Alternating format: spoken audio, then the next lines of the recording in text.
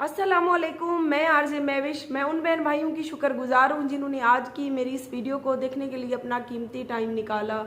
आज काफ़ी बहन भाई मेरे चेहरे पर कर्ब, तकलीफ़ और अजियत देख रहे होंगे, और ये अजियत मैं सुबह से है इस तकलीफ़ से गुजर रही हूँ। काफ़ी देर से रोने के बाद मैंने हमेशा की तरह सब्र किया, नहाया, चेंज किया, और मुझे कुछ भी समझ नहीं आया। फिर मैं अपनी तकलीफ़ आप सब बहन भाइयों के साथ शेयर करने बैठ गई, क्योंकि अल्लाह पाक के बाद आप सबका सहारा है मुझे, और मेरा इस दुनिया में कोई भी नहीं है। तो मैं इस टॉपिक पर मज़ीद कोई भी बात करके अपने आप को अजियत देना नहीं चाहती थी, लेकिन इस शख्स ने मुझे मजबूर कर दिया कि मैं इसका असली चेहरा आप सबको दिखाऊं। कुछ बहन भाई ऐसे भी हैं जो कहते थे कि बाजी आपका जो शौहर है शक्ल से तो बिल्कुल मासूम और सीधा सादा लगता है, ये ऐसा लगता नहीं है। कुछ लोग ऐसे भी थे जो कहते थे कि बीबी हर शौहर ही ख़राब है, पहला शौहर भी ख़राब था, ये शौहर भी ख़राब है, आप अच्छी हो, आप बाकिरदार हो। औरत अगर अपनी सच्चाई दुनिया के सामने रख दो तो तमाशा उसी का बन जाता है। मर्द हमेशा की तरह खामोशी से गलती करने के बाद निकल जाता है। तो ऐसा औरत के नसीब में ही क्यों आता है? क्या उन मर्दों को एहसास नहीं होता? घर में बैठी हुई औरत उनके माँ के रूप में है, वो भी औरत है, उनके बहन के रूप में भी औरत है। जो बीवी होती है, तकलीफ बीवी के हिस्से में ही क्यों आती है? तो उन लोगों के लिए मैं आज इस शख्स का असली चेहरा दिखाने जा रही हूँ, जो लोग इसको मासूम और सीधा साधा समझकर मुझे गलत समझते थे। मैंने जब इससे दूसरी शादी की ना, तो मुझे कभी नहीं लगता था कि ये शख्स मेरे साथ ऐसा करेगा। 10 साल से ये बंदा मेरे पीछे था। कभी कभार हमारे घर आ जाता था दूर पार के रिश्ते जारी होने की वजह से, तो मैं भी इसको सीधा साधा समझती थी। शक्ल से जो आप सबका कहना कि शक्ल से ही जो इतना मासूम लगता था, तो जब इसने आना तो अपनी बीवी की किरदार कुशी करना कि मैं इस बीवी से तंग हूँ, मैं दूसरी शादी करना चाहता हूँ, ये मुझे और मेरे माँ बाप को गाली गलौच देती है, इसका किरदार ठीक नहीं है, मेरे घर में सुकून से बैठती नहीं है, आए रोज़ माँ बाप के घर चली जाती है झगड़े करके, मेरी बेइज्जती करती है, मेरा कोई फ़र्ज अंजाम नहीं देती है। 1-2 बार मैं इनके घर गई तो वाकई वो थोड़ी सी गुस्से और ज़बान की तेज़ थी। तो इस बात का आज मुझे पता चला है कि एक औरत को जब बार बार जलील किया जाए, एक औरत को बार बार तंग किया जाए, जब वो बाकिरदार हो, उसके किरदार पर गलीज गालियां देकर उसके किरदार को गंदा किया जाए, तो वो औरत तंग आकर फिर जबान दराजी हो जाती है। तो मैं आती हूँ अपने टॉपिक की तरफ। तकरीबन आपको पता है 8वां दिन है। ये शख्स जब हमें छोड़ के गया तो एक चवन्नी और एक ढेला भी नहीं दे के गया। जब इसने ये चला गया तो दूसरी सुबह से इसने अपनी मासूम बेटियों का दूध देना भी बंद कर दिया, सिर्फ इसीलिए कि ये तकलीफ में होगी। जब बच्चियां रोएंगी, भूखे मरेंगे ये लोग, तो फिर ये खुद ही मुझे फ़ोन करेगी, कॉल करेगी, मुझे बुलाएगी, मेरी मिन्नतें समाजतें करेगी, हमेशा की तरह जिस तरह से 3 साल से ये झगड़े लड़ाइयाँ करते आ रहा है। और मैं हर बार अपने आप को, अपने हालात को देखते हुए खामोशी के साथ इसको मना लेती थी। लेकिन इस बार मैंने दिल में अहद कर लिया था, जब ये दुबई था, इसने मेरा चैनल हाइक किया, इसी की वजह से मैं उस बेगैरत औरत के साथ मैंने अपनी बातें दिल की शेयर की, तकलीफ़ें शेयर की, तो वो बेगैरत औरत इस चीज़ से फ़ायदा ले गई। तो मैंने दिल में यही अहद कर लिया था कि एक बार मेरा चैनल, जो मेरी रोज़ी रोटी है, मेरे पास वापस आ जाए, उसके बाद ये शख्स मेरे साथ ठीक रहेगा तो ठीक, वरना काफ़ी ऐसे लोग भी हैं जिनकी नज़र में मैं वैसे ही ठीक नहीं हूँ। तो एक बार मैं अपने ऊपर तलाक का धब्बा ले लूँगी, लेकिन इस शख्स की अजियत, इस शख्स की ब्लैकमेलिंग नहीं सहूँगी। तो जिस तरह से चैनल इसने मुझे वापस कर दिया, उसके बाद ये घर आया, मैंने आप सबके सामने खुशी खुशी इसको कबूल किया, खुशी खुशी इसके साथ व्लॉग बनाए, ताकि आप लोग भी देखें और ये भी ना सोचे कि मैंने इस बार जितना भी इसको जलील किया उसके बाद इसने दिल पर कोई भी बात नहीं रखी। लेकिन जो शख्स कहती है कि आदत से मजबूर होता है ना, वो अपनी आदत ज़रूर पूरी करता है। तो 10 साल से ये बंदा मेरे पीछे था। उसके बाद 6 साल से इसने मुझे YouTube का चैनल बना कर दिया। 3 साल हमारी शादी को हो गए, 2 बच्चियां जब पैदा हो गई, तो उसके बाद ये हर बात पे कहता है कि तुम्हारा किरदार ठीक नहीं है, तुम बद किरदार हो। मेरे किरदार पर हालांकि इसने कभी ऐसा कुछ देखा भी नहीं है। जो शख्स आंखों देख के बात करे वो तो और बात होती है, जो शख्स ऐसे ही खामखा जलील करे, दिन रात गालम गलोच करे, शक करे, इसको अच्छे तरीके से अंदर दिल में पता है कि मेरी बीवी जो है बद किरदार नहीं है, ख़राब भी नहीं है, गलत भी नहीं है। अगर मैं बद किरदार और ख़राब होती तो उस शौहर से तलाक लेने के बाद मेरा घर भी बन रहा था, मैं अच्छा खासा YouTube से कमा भी रही थी, तो मुझे क्या ज़रूरत थी इस शख्स से शादी करके पाबंद होने की? मेरी आज़ाद लाइफ थी, मैं जी रही थी। अगर मैं बद किरदार होती तो मैं सिर्फ मर्द का सहारा चाहती थी, अपने सर के ऊपर मर्द का साया चाहती थी, अपने बच्चों के सर के ऊपर मर्द का साया चाहती थी। पूरी दुनिया को छोड़कर मैंने इसीलिए इस शख्स से शादी की थी कि ये शख्स सीधा साधा और मासूम है। जिस तरह से कुछ बहन भाई कहते हैं कि सीधा साधा और मासूम है, ऐसा लगता नहीं है। इसी तरह से आपकी तरह मैं भी धोखा खा गई। मैंने कहा दुनिया के और मर्दों का एतबार करने से बेहतर है कि ये घर का बंदा है, इस पर एतबार किया जाए। ये चलो कुछ ना कुछ ये भी मुझे महीने का खर्च देगा, कुछ ना कुछ मेरे भी चैनल से आ रहा है, इस तरह से मेरा घर कंप्लीट हो जाएगा। और मेरे बेटों के ऊपर ख़ास तौर पर जो बिगड़ते जा रहे थे, मैंने कहा जब मर्द का साया आ जाएगा, मर्द के इंटर में और कंट्रोल में आ जाएंगे तो बच्चे भी सुधर जाएंगे। मुझ माँ को तो वो कुछ भी नहीं जानते, मतलब मेरी पाबंदी या मैं कोई भी समझाने की बात करती हूँ तो मर्द की जितनी दहशत होती है उतनी औरत की नहीं होती, और औरत माँ के रूप में हो तो वैसे ही नर्म दिल होती है। इसीलिए मैंने इससे शादी की थी। मुझे नहीं पता था कि ये मेरे घर की लालच के लिए मुझसे शादी कर रहा है। जब ये चंद साल तक इसने मेरी पूरी लाइफ के साथ देख लिया कि ये किन अजियतों और तकलीफों से गुजर रही है, और इसका बड़ा बेटा भी नाफरमान है, बेटी भी सामने कभी ना कभी हो जाती है, तो इसको पता था कि बेटी तो पराई है, अपने घर चली जाएगी शादी करके, उसके बाद बड़ा बेटा तो इसका नाफरमान है, कभी कहाँ निकल जाता है, कभी कहाँ निकल जाता है, काम वगैरह नहीं सीखता है, तो वो ऐसे ही रूल फिल के मर जाएगा। उसके बाद जो दो पीछे के 3 बच्चे हैं, मायरा और 2 मेरे बेटे जीशान और फैजान, तो इसको मैं यही समझाऊंगा कि तुम्हारे बच्चे तुम्हारे बनते नहीं है, ये है वो है, तो इस तरह से को लगाऊं बुझाऊंगा। 2-1.5 साल तक इसके साथ अपना रवैया अच्छा रखूंगा, पहली बीवी के पास नहीं जाऊंगा, तो ये कहेगी कि ये शख्स तो मेरा ही है, ये अपना घर मेरे नाम लगवाएगी, और इसका घर बेचकर इसको मुतमईन करके मैं उधर देहात वाले घर में ले जाऊंगा। तो मैं इस तरह से 2 बेड़ियों पर इंजॉय करूंगा। जिस तरह से आपको मैंने पिछले साल से बता दिया था कि ये शख्स सिर्फ घर हथियाना चाहता था, जब एक बच्ची हो गई, दूसरी पेट में हुई, तो आहिस्ता आहिस्ता इसने अपने रंग दिखाने शुरू कर दिए। बात बात पे झगड़ा, फिर मैंने 1-2 बार इससे तंग आकर यही कहा कि यार तुम बार बार मुझे गालियां गलौज देते हो, मेरे बच्चों को मारते हो। मैं रो कर सब्र करके मुंह हाथ धो के वीडियो बनाना स्टार्ट कर देती हूँ, इसीलिए कि लोग मेरा तमाशा ना बनाएं। कितनी अजियत से गुजरने के बाद मैं फ्रेश होकर आप सबके सामने खुश होकर वीडियो बनाती थी, ताकि आप सबको कुछ महसूस ना हो, आप लोग ये ना कहें कि महविश आपने गलत फैसला किया है। अगर मुझसे कोई गलत फैसला हो ही गया है तो मैं अपने ऊपर हर तकलीफ झेलूंगी। तो बात अब इस हद तक आ गई, आपको पता है कि जब इसको पता लग गया कि ना ये अपने बच्चों को छोड़ती है, ना ये अपना घर बेचकर पैसे मुझे देती है, ना ये अपना घर मेरे नाम लगवाती है, तो बात बात पे इसने ताने शुरू कर दिए कि मेरी अम्मी कहती है, मेरे रिश्तेदार कहते हैं, मेरे मामू कहते हैं, मेरे चाचू के तुम उसके दर के कुत्ते बने पड़े हो, अपनी पहली बीवी बच्चे छोड़ गए हो, तुम जो है जब उसके बेटे बड़े हो जाएंगे तुम्हें धक्के मार के निकालेंगे, तुम इधर के भी नहीं रहोगे, उधर के भी नहीं रहोगे। उनको दिखाने के लिए मुझे इस घर में रहने के लिए सिक्योरिटी चाहिए। सिक्योरिटी के तौर पर क्या मुझे ये घर मेरे नाम लगवा दो, ताकि मैं अपने रिश्तेदारों और घर वालों को दिखा सकूंगी ये देखो घर उनका नहीं मेरा है। अगर मुझे वो धक्के दे के निकालेंगे तो घर तो मेरे नाम होगा, तो जस्ट मैं उनको दिखाना चाहता हूँ। इस तरह से मुझे ये शख्स मुतमईन करता था। अल्लाह का मैं लाख शुक्र अदा करती हूँ कि मैंने इसके घर अपना नाम नहीं लगवा दिया इसकी मीठी बातों में आकर। तो चांद इसकी ऐसी रवैये और बातें थी जिनकी वजह से मुझे कभी कभार ये लगता था कि ये शख्स मेरे साथ वफा नहीं करेगा। तो बात इस हद तक बड़ी, आपको पता है ईद से पहले इस शख्स ने मेरा चैनल हाइक कर लिया, मेरी टिकटॉक की आईडी हाइक कर ली कि सिर्फ मेरी बात मानोगी तो वापस करूंगा। इसको पता था इस औरत के पास जरिया मुआश और है नहीं, मैं भी खराजात घर का खर्च देना बंद कर दूंगा, और जब इसकी चैनल भी हाइक कर लूंगा उसके बाद ये रोए पीटेगी तो मेरे पाँव में गिरकर मेरी हर शर्त मानेगी।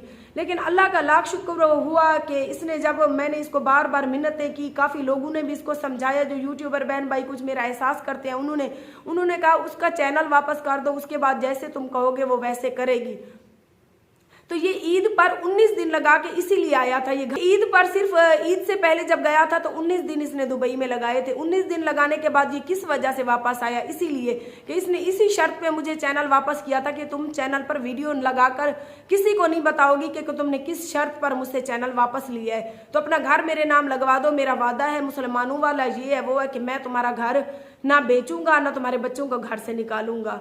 मैं भी एक बार चाहती थी कि ये मेरा चैनल मुझे वापस कर दे। उसके बाद 3 साल से मैं खुद जहनी अजियत से गुजरने के बाद ये एक दिल में मैंने ठान ली थी कि ये शख्स मेरे साथ वफा नहीं करता। रोज रोज का तमाशा बनाने से बेहतर है कि एक बार इससे तलाक लेकर बस दुनिया की नजर में अपना ही तमाशा बनवा लूंगी, फिर मैं और क्या करूं। मुझे कुछ भी समझ नहीं आ रहा था। जब इसने मेरा चैनल वापस कर दिया, ईद पर ये आया, तो मैंने सारे गिले शिकवे भुला दिए। सारे गिले शिकवे मैंने इसीलिए जो है ना पीछे कर दिए कि कोई बात नहीं, कहते हैं कि सुबह का भूला शाम को घर लौटे तो सब भूला नहीं कहते। तो इस शख्स का रवैया वैसे का वैसा रहा। 2-3 दिन तो ये ठीक रहा। 2-3 दिन के बाद इसने कहा कि हाँ अब क्या इरादा है, घर मेरे नाम लगवाना है या नहीं। मैंने कहा देखो यार, तुमने मुझे घर दिया तो नहीं है लेकर, ना ही तुमने मुझे बनवा कर दिया, मेरी अपनी मेहनत का है, मेरे अपने पैसों का है, तुम बार बार घर वाली बात पर क्यों आ जाते हो। मेरे साथ अच्छे रहोगे तो 3 मरले 6 मरले हैं, 3 मरले तुम्हारी बेटियों के, 3 मरले जो है मेरे पहले शौहर के बच्चों के। नहीं तो फिर ये करना, मैं तुम्हारे नाम लगवाऊंगी, ना तुम्हारा है नाम मेरे पहले शौहर का, मेरे बच्चों का है। जब तक मैं जिंदा हूँ मैं खुद मालिक हूँ, मरने के बाद मैं अपने बच्चों के नाम कर जाऊंगी। ऐसा लालची इंसान है, एक घर की खातिर एक औरत की जिंदगी का इसने तमाशा बनाकर रख दिया। तो फिर से इसके वही रवाये, बात बात पे झगड़ा, बात बात पे बेहुदा बातें करना, ये वो। इस तरह से एक दिन इसका और मेरा सुबह सुबह झगड़ा हुआ, तो उसके बाद इसने मुझे गालियां देनी शुरू कर दी। फिर बीच में जब जीशान आया तो ये जीशान के साथ लड़ गया। और सुबह ही सुबह नाश्ते के टाइम इस बंदे ने ऐसा तमाशा बनाया कि मेरे माँ बाप, मेरे बहन भाइयों को मैं क्यों छोड़ूं, तो 3 साल से मैं छोड़ कर फिर रहा हूँ उनको, तुम्हारी खातर मेरे बच्चे रुल रहे हैं। मैंने कहा बच्चे तुम्हारे तुम्हें पहले भी नजर आ रहे थे, तब तो तुम कहते थे कि मेरा उनके साथ कोई ताल्लुक नहीं है, क्योंकि मेरी माँ मेरी कदर नहीं करती, मेरे भाई मेरे नाफरमान है, और मेरी बीवी भी इन्होंने जबरदस्ती मेरे गले डाली है। मैं अल्हम्दुलिल्लाह तुम्हारे साथ इसे अच्छी सी लाइफ जीना चाहता हूँ, मैं तुम्हारे साथ जिंदगी में आगे सुकून की जिंदगी गुजारना चाहता हूँ, तो अब क्या हो गया। तो इसी बात पे सुबह सुबह इसका और मेरा झगड़ा हुआ, तो इसने गुस्से में आकर 3 बार मुझे तलाक दे दी, जिसके गवाह मेरे बच्चे हैं।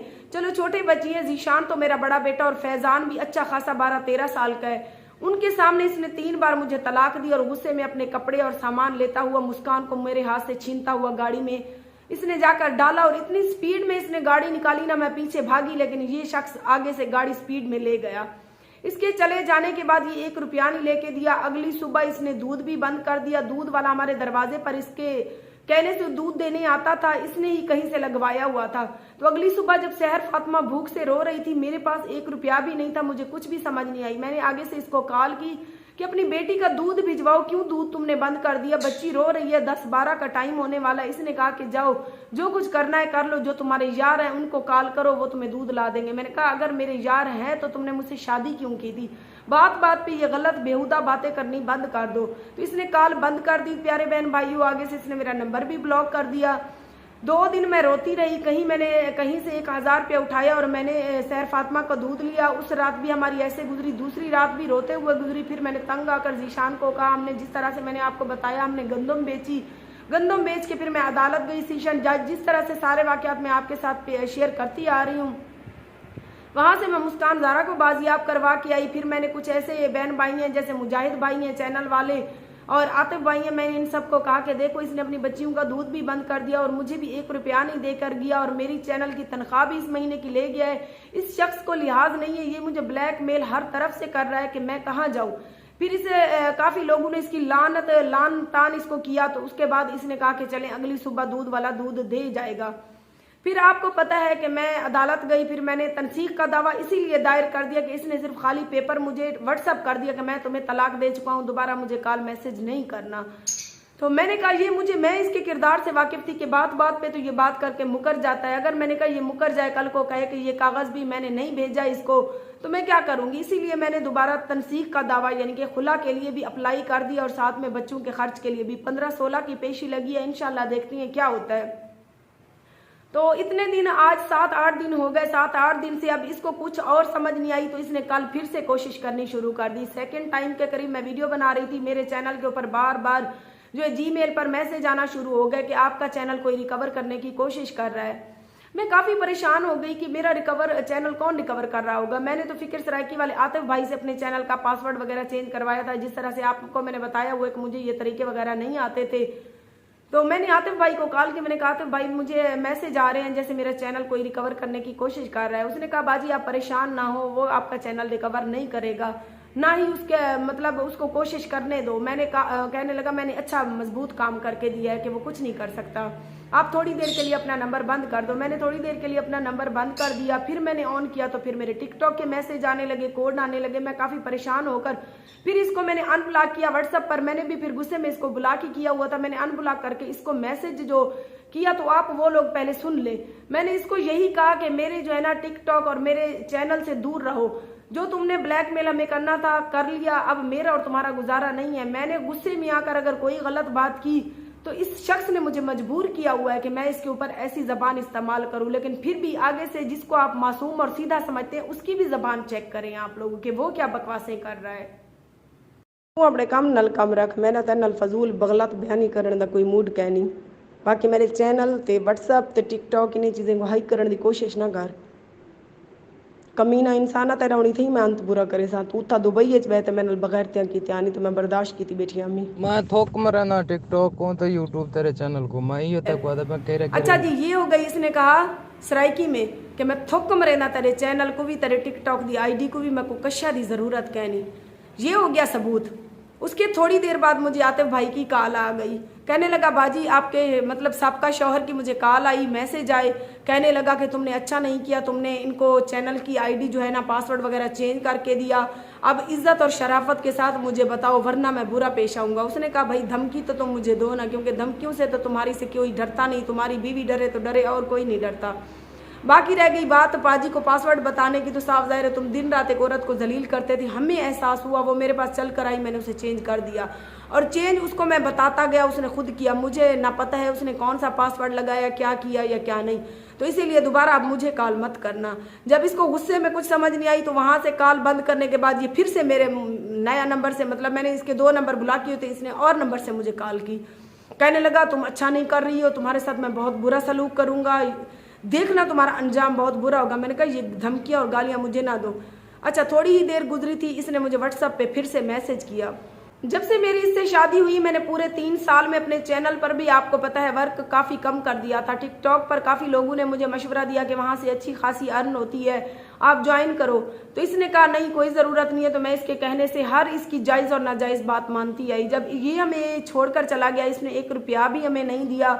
8 दिन 7 दिन मैंने देखा तो इसने यहाँ तक कि पूछा भी नहीं तुम लोग कैसे गुजारा कर रहे हो।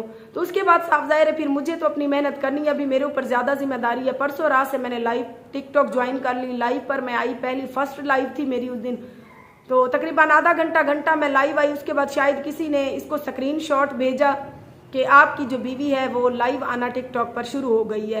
तो इसने जैसे ही स्क्रीनशॉट मुझे भेजा तो आगे से गालियां देनी शुरू कर दी कि कमीनी बेगैरत औरत, लाइव पे अपनी शक्ल देखो, तुम्हारी होंठ किसी से ये करवा के आई हो। मैं रिकॉर्डिंग आपके साथ शेयर करती हूँ। और उससे पहले मैं ये बता दूं कि टिकटॉक पर जब लाइव आते हैं तो हर कोई अपनी मर्जी से फिल्टर लगाता है, फिल्टर जो होता है वैसे ही फेस के ऊपर वो फिल्टर लग जाता है। जो मैंने चूज किया फिल्टर, उस पर जो औरत के होंठ थे लिपस्टिक वाले थोड़े मोटे मोटे थे। मैंने कभी ऐसी गलत सोच नहीं सोची थी कि मेरा ये फिल्टर लगाने के बाद ये शख्स मेरे ऊपर ऐसे गंदे इल्ज़ाम लगाएगा। तो वो फिल्टर लगा के मैं आधा घंटा लाइव आई, वही स्क्रीनशॉट इसने मुझे भेजा। तो आप पहले इसकी वॉइस सुने कि ये वॉइस में कह क्या रहा है, क्या लैंग्वेज इस्तेमाल कर रहा है। क्या मैंने आज उन सब मर्दों से मेरा सवाल है, क्या आप भी अपनी घर की बीवियों पर ऐसे शक करते हो? क्या आप अपनी बीवियों पर ऐसे बेहुदा इल्ज़ाम लगाते हो? क्या आप अपनी बीवियों को ऐसी गंदी ज़बान इस्तेमाल करके गालियाँ देते हो, जबकि आपको पता भी है कि आपकी बीवी ऐसे किरदार की मालिक ना हो? ये तेरे होंठ सुजे खड़े बहन चोद हैं डासा मेरे को मेरे ठोको के रात मरवे या दींदा मरवाया नहीं भी वो मेरे भेजी खड़ा मेरे ठोको बैठ दे संभाल दे ठोको भाई। तो हमें ही काबिल इज्जत है, काबिल का नाम है तो जितना ही तक कोई इज्जत देते हैं कंजरे ना वाल खून इवें होंदे ना जा जा दे मरवावन पेशा ठीक है एक ही जाते तक सुकून कहना अगली बार उधर मंडे के ने मरवाई रात इन्हें के ने मरवाई नींद जिमें तू समझ, जिमें तू सोच, जले हाँ ही तेरी नज़र च गंदी पहले ही गंदी आमी होनी, गंदी आगू ते गंदी रहा वाला अपनी जबान क्यों ही मैं पलीत करे ना बैठी। मैं ना मम्मा सहन दियाँ ना मैं शरीफ हाँ, मैं जग दी बद किरदार हाँ। ते तैको केरी चीज़ की तकलीफ थी नहीं पे, तू तो मैं को तलाक दे दी थी, तू तो मैं को छोड़ दी थी, तू जैदे वास्ते मैं को छोड़ते गई और जैदा तू हमें तू साडा हमें ही कहना कदा ही साडा कहना हमें असा ही में बेवकूफ़ ते भोलू बड़े वधे ऐसे तो डर दे वधे ऐसे बिली साडे राते हर शे कर सकदे शख्स तैं साबित कीते बिली तू ते असली हमें ही गल जेले उंदे नाल मूंझा उंदे वास्ते थई टप मारते साडे नाल झेड़ा लैंदा उड़े रुक पई। मैं तो उहें जग दी बद किरदार आमी ते को दिसदी पई आमी जेरे ठोकू ते को भेजन भावे ना भेजन इंदे तक हुण तकलीफ नहीं होनी चाहिए ते ना मेरा तेरा कोई वास्ता है।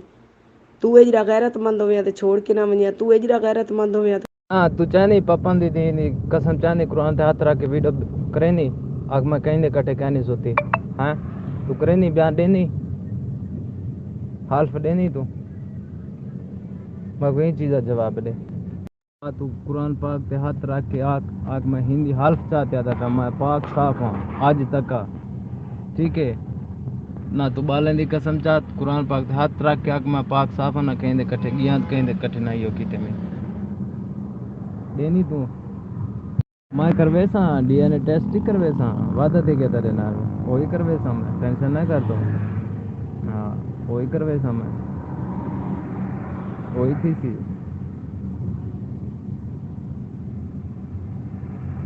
कुरान पाक है अल्लाह पाक दी सच्ची किताब है मैं हिंदे उते हथ रख के आदियां जडण दी मेरी तेरे नाल निकाह थे तेरे निकाह दे विच रह के मैं कहीं नाल सुती होवां मैं कहीं दो गलत अख चाती होवे मैं कहीं नाल कहीं थई गई होवां कोई भी मेरे को गलती थी हो तो यो कुरान पाक मैं को लावे इंदे अलावा तू आधा पीना बाले दी कसम ना चा मैं बाले दी भी चैनी है चलो तेरी धीरे ना को बेतबारी है ना बिली मेरे धीरे दी ना चावे तेरी धीरे दी भी चैनी है क्योंकि अगर मैं गलत हो सा ते लासा मैं को मेरी मुस्कान ज़ारा दी मैं को पपनो दी मेरी धी जरी मार्ग सच्ची ते चढ़ गई मैं को हूंदी कसम मैं को कब्र जा ना देवे जगर मैं तेरे निकाह रहते कोई गलत कम कीता हो बाकी तू आप कमीना ही ना लोके नाल सुमदी बांधी लोके नाल रिलेशन रखेंदी डूडू पासे मुंह मारण दी तैको आदत ही ना ही गलो साकू जलील करते गई बाकी मैं तैको बुला के ई गलो करेंदी पिया कि तू निहायत बदतमीज जहल ते घटिया इंसान में तेरे नाल जितना मैं रही अपने आप को अजियत दी है मेंटल थी जहनी मरीज थी मैं तंग थी आई मी अजियत कोलो ॾाढा रुपए दे रात मेरे बालें को जलील करना ॾाढा रुपए दे रात साकू तंग ख्वार करना मेरे बालें को शायद पैसे ना देवना मैं को कोई ज़रूरियात जिंदगी ना पूरी करनी हर गाल ते मेरा घर कहीं नहीं मेरी उह ज़ाल है मेरे उहे बाल हैं इतना हद तक तो मैं को मेंटल कर दिता भी ना जिਵੇਂ तू आदि मेरी ज़ाल मैं नाल मुखलिस हो मैं इहो को जादी अमी कि मेरा पा मैं नाल मुखलिस होवे तू ही कुरान दे उते हथ रखा भी ना बिली मैं और दो कहीं नहीं गया दूजी ज़ाल दो मेरा उन नाल कोई वास्ता कहीं नहीं तू तो पहले आदा मैं सट्टी वदा वाला मैं अखी नाल वन डिठा तेरे घर च बैठी वाला मैं अखी नाल डिठा के उको ढेड आई उको बाल आई कूड़ ते तय सारे मारियन तू ये कुरान चाहते नहीं तू लह गई पासपोर्ट सड़ गई वीज़ा सड़ गई साइकिल मोटर विक गई कार उए पर ये जरी लोग छिक वेसन तेरे कने तेरे पल्ले क्या रह गया अगर मैं कूड़ा कुरान ते हाथ रखी खड़ी हो ना बेली मैं कूड़ मरेंदी पियो मां अल्लाह करे मेरे पल्ले कख ना रावे मैं जलीलो ख्वार थी मां नहीं तो तू मेरे को कुरान ते हाथ रखवेंदा पई ना ये मैं आखिरी दफ़ा तक अपने पाक दामनी दा इहो करवेंदी पिया मैं ई टाइम तक पाक साफ हाँ अगर तू मेरे तो गलत बयानी करेंदा खणी इहो कुरान पाक तक लासी एक दफ़ा भला सुन ली आपने एक मासूम और सीधे सादे इंसान की ज़बान ये अजियत में 3 साल से सह रही हूँ 3 साल से ये बात बात पे झगड़ा करता था गालम गलोच इतनी गंदी ज़बान इस्तेमाल करता था लेकिन जब मैं रो कर अपनी कहानी किसी के साथ शेयर करती थी तो वो इसकी शक्ल को देख कर कहते थे कि शक्ल से लगता तो नहीं है ऐसा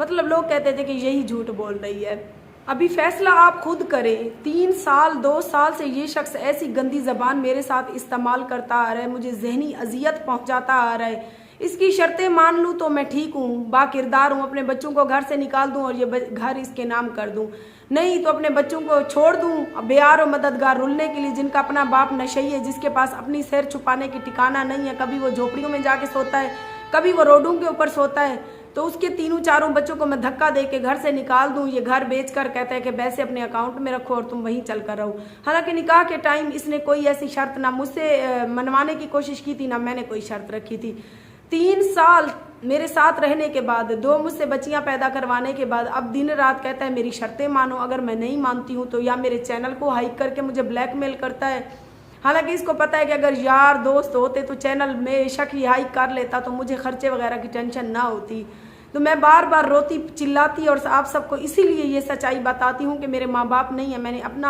आप सब कुछ आप सबको समझा हुआ है कम से कम आप लोग तो मेरी तकलीफ़ को समझें और ये खुद को जंगलानी बलोच कहने वाला है मेरी आज पूरी बलोच कौम से अपील है कि अगर आप भाई हो आपके घर में बहनें हैं आपके घर में माई हैं तो इस बलोच को ये बलोचों का नाम बदनाम कर रहा है इसको पकड़कर ऐसे जूते मारो ताकि या तो ये अपने नाम से जंगलानी बलोच हटा दे या फिर ये बेगैरत अपनी बीवी के साथ जो इसके 2 बच्चों की माँ है ऐसी बेहुदा जबान इस्तेमाल करके उसको जहनी मरीज कर चुका है ये शख्स मुझे मैं इतनी जहनी मरीज हो चुकी हूँ कि मेरा दिल करता है या मैं इसको मार दूँ या मैं खुद मर जाऊँ इसकी सारी रिकॉर्डिंग्स आप सब ने सुन ली जो सिर्फ कल की हैं इतनी इसने तकलीफ मुझे पहुंचाई सुबह से मैं रोए जा रही हूँ जब मुझे हद से ज़्यादा तकलीफ होती है तो मैं कलाम पाक सीने से लगा कर रोती हूँ उस टाइम आप सोचें क्या मेरे दिल से कितनी आह निकलती होगी और इंशाल्लाह मेरी आहें अब इसके पीछे हैं बात बात पे जब ये छुट्टी पे आता था आपको पता है 2 साल से इसने 3 साल से मुझसे शादी की है तो इसने कमाया क्या है आ रहा है जा रहा है 1 महीना लगा रहा है 1.5 महीना लगा रहा है 19 दिन लगा रहा है 20 दिन लगा रहा है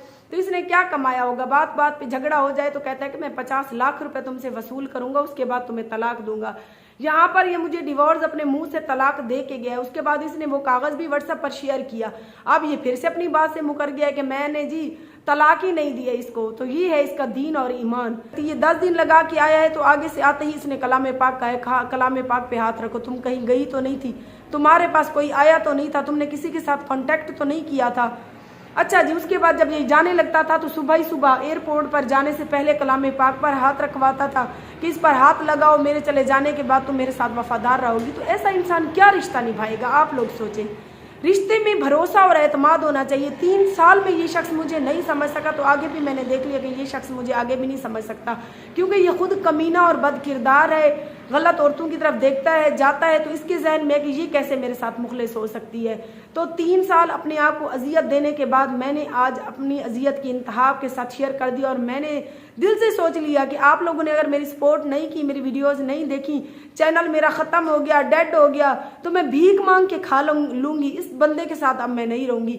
आप सब पर मैं फैसला छोड़ती हूँ। क्या दिन रात जो बंदा आपकी बहन बेटी के साथ ऐसा सलूक करे, बात बात पे कलाम पाक पे हाथ रखवाए, बात बात पे उससे कस्में उठवाए, बात बात पे खुद कलाम पाक पे हाथ रखना शुरू कर दे, हालांकि आंखों से मैंने देखा होता है, मैंने झूठ इसका पकड़ा होता है, फिर भी ये कस्में उठाता है, मैं इसको रोकती रह जाती हूँ। यार खुदा के लिए कलाम पाक है, कोई किताब नहीं है मामूली, लेकिन ये ऐसा जाहिल है, ये पढ़ा लिखा तो है नहीं, ये कहता है कि बस कुछ नहीं होता है तो किताब इस पे हाथ रख दूं। तो इसके बुरे दिन अब शुरू हो चुके हैं। अब और कुछ नहीं बना तो ये मेरे चैनल को बार बार रिकवर करने की कोशिश कर रहा है, ताकि चैनल जब रिकवर हो जाए उसके बाद इस औरत को मजीद जलील करूं। तो ये अपने जहन में बिठा ले, ये अब दुबई नहीं बैठा, ये पाकिस्तान है। तो अगर इसने दोबारा मेरे चैनल और मेरी टिकटॉक की आईडी को हाइक किया तो इसके साथ मैं वो सलूक करूंगी। अब ये भूल जाऊंगी कि ये मेरे 2 बच्चों का बाप है, क्योंकि जो शख्स अपनी इज्जत से बढ़कर किसी की इज्जत नहीं होती।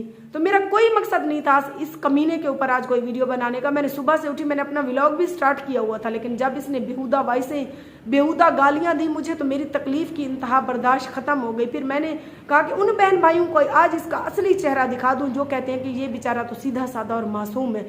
ये मासूम गुज़िश्ता 2 से 3 साल से मेरे साथ ऐसा सलूक करता आ रहा है। सिर्फ इस वजह से मैं आपके साथ शेयर नहीं करती थी। आप लोग कहते थे कि बीबी आपने गलत फैसला किया। अगर मैं मुझसे गलत फैसला हुआ तो मैंने अपने ऊपर अजियत ली। मेरी मासूम बच्ची चली गई, उसके बाद मैं दिन रात रोती थी। ये शख्स चुप करवाने की बजाय मुझे कहता था क्या मनहूसत फैला के बैठी हो, न नहाती हो, न कपड़े चेंज करती हो, ये है वो है। मैं जब घर आता हूँ छुट्टी पे तो तुम मनहूस बनी फिरती हो, जब मैं चला जाता हूँ तो तुम खुश खुश वीडियो बनाती हो।